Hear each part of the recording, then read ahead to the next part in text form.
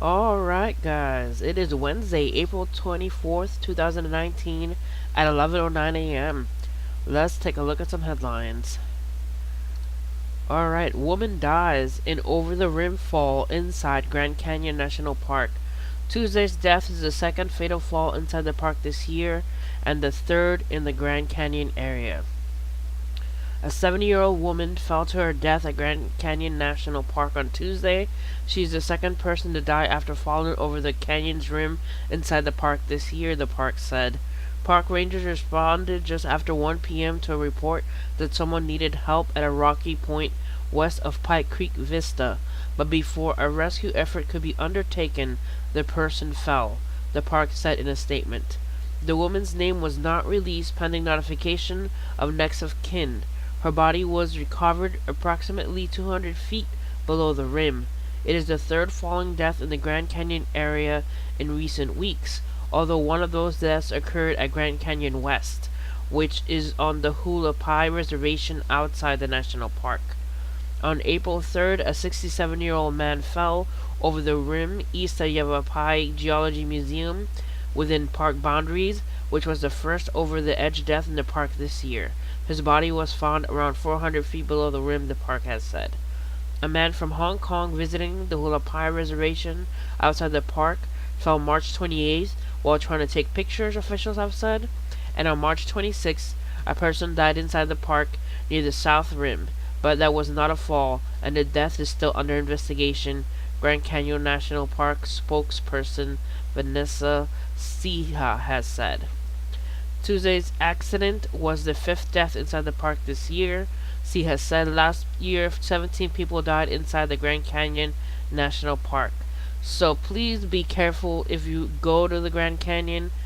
Know that last year's average was 17 people dying. And this year there's already starting with plenty of people falling over the rim. So please be careful if you go to the Grand Canyon. Getting close to the edge in any way is very risky. Alright, guys, next article. Milwaukee man wins 768 million Powerball jackpot. Madison, Wisconsin, a 24-year-old Wisconsin man stepped forward Tuesday to claim a 768 million Powerball jackpot, the nation's third largest, saying he's pretty much felt lucky the day he bought his tickets. Manuel Franco of West Allis said he was sorting through $10 worth of Quick Pick tickets after the March 27th drawing and thought he had checked all his tickets. Then he saw one last ticket stuck to another one and recounted to reporters the feeling as he matched the first two numbers, then glanced at the Powerball to see it matched too.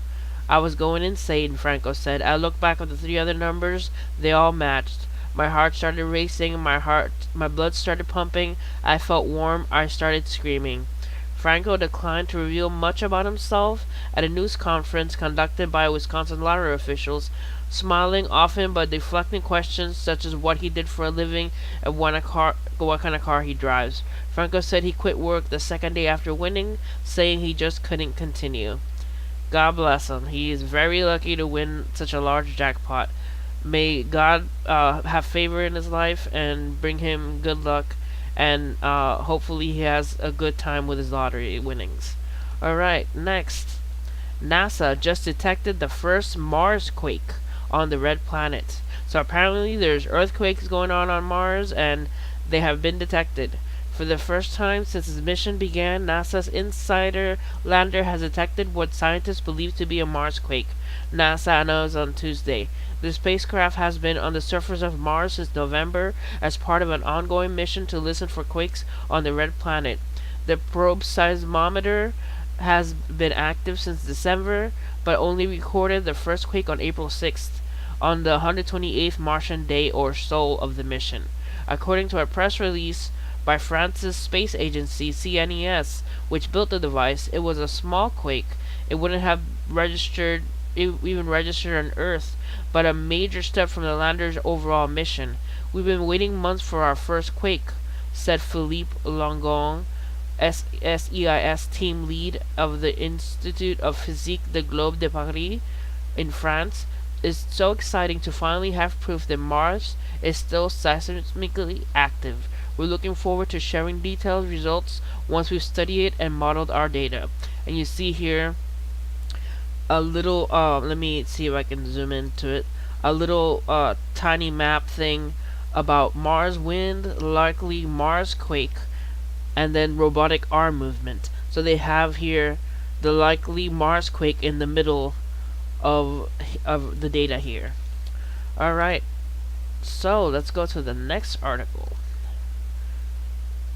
It says here, residents from Texas to the deep south to face violent thunderstorms, flooding concerns through Thursday. So everybody living in Texas, heads up, there's going to be possibility of flooding and thunderstorms going on soon in Texas. Residents from Texas to Louisiana and across the lower Mississippi Valley are being put on alert for violent thunderstorms and increased risk of flash flooding through Thursday. The storm system triggering the dangerous weather is the same one that caused nearly 3 dozen reports of wind and hail damage across the western and northern Texas on Tuesday. In addition, the Dallas-Fort Worth Metroplex was hit hard with flooding rain on Tuesday night, with over 1.50 inches of rain falling in just 1 hour's time in Fort Worth on Tuesday evening, AccuWeather meteorologists said. Rathburn added that after a relative lull in the storms Wednesday morning, another round of storms is capable of producing more gusty winds, and flooding will threaten the Metroplex later Wednesday afternoon and evening. The greatest threat for severe weather will exist in central Texas during the daylight hours on Wednesday and shift into eastern and southeastern Texas Wednesday night. So you see here on the little map here, severe thunderstorms Wednesday night, damaging winds, large hail, flooding downpours, and tornadoes for the San Antonio, Houston area, and a little bit below Dallas. Residents from San Antonio to Waco, Dallas, and Fort Worth will also face the greatest flood risk into Wednesday evening, coinciding with the additional threats of damaging winds, hail, and tornadoes from the storms. Parts of western and northeastern Texas received upwards to 5 to 6 inches of rain from Tuesday into Tuesday night alone. Travel from the Interstate 35 corridor from Dallas to San Antonio will be extremely difficult to at times dangerous for the evening commute on Wednesday. Motorists traveling along Interstates 10 and 20, as well as on secondary roadways, are also likely to experience major delays and should be sure to turn around if encountering a flooded roadway. Remember, turn around, don't drown. If you see water that seems too deep, please don't drive into it. It is very dangerous, and many people have died doing that. In addition, many streams and rivers from eastern Texas into the deep south are already in moderate to moderate flood stage. This includes virtually the entire length of the Mississippi River. It only takes about a foot of water to float many vehicles, and 2 feet of moving water will sweep most vehicles away. In addition to rain to come through, Thursday will only exacerbate the ongoing flooding problems and could cause major flooding on some creeks and rivers. Here is the greatest flood risk into Wednesday night. Flash flooding, flooded low water crossings, travel delays, AccuWeather local storm max 8. Here from Dallas to Waco and San Antonio, and the middle central part of Texas to the eastern part of Texas is where the greatest flood risks are. So please be aware of this and don't drown. Please turn around. Alright, guys? On AccuWeather local storm max 8 inches is expected in parts of central and northern Texas.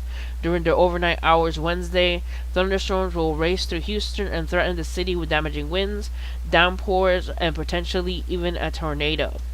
Inbound and outbound flights are likely to be delayed or possibly even diverted to other airports as the severe thunderstorms roll through. By Thursday, the threat of severe weather will shift eastward into Louisiana and parts of Mississippi, while the risk of tornado is forecast to be lower on Thursday than on Wednesday. An isolated tornado or two certainly cannot be ruled out, especially in southeastern Louisiana and southeastern Mississippi. As the storm systems pick up forward speed, rainfall amounts will be somewhat lower than Wednesday, but can still exceed 2 to 3 inches in the hardest locations. Let's take a look here. Severe thunderstorm risk on Thursday. This is for Louisiana and for Alabama. So, damaging wind gusts, flooding downpours, hail, travel disruptions, and isolated tornadoes. So, people of Louisiana, please be aware. New Orleans and Jackson, Alabama. Be aware of damaging wind gusts, flooding downpours, hail, travel disruptions, and isolated tornadoes. The most far-reaching impacts on Thursday will be from strong winds and hail, both of which can destroy crops, cause roof and property damage, and injure anybody caught outdoors when the storm rolls through. People that lie within the threat zone through Thursday should monitor the latest severe weather watches and warnings and be sure to move indoors, away from doors and windows, and a first sign of thunder. When you can hear thunder, you are close enough to be struck by lightning. Alright guys, so that's pretty much the rundown of the weather coming up for Texas and for Louisiana and the southeast. That's it for this video. Hit like and subscribe for more news and for more updates. Please be careful when traveling to the Grand Canyon. Pray for those people who have lost their lives there. God bless you guys. See you guys next time.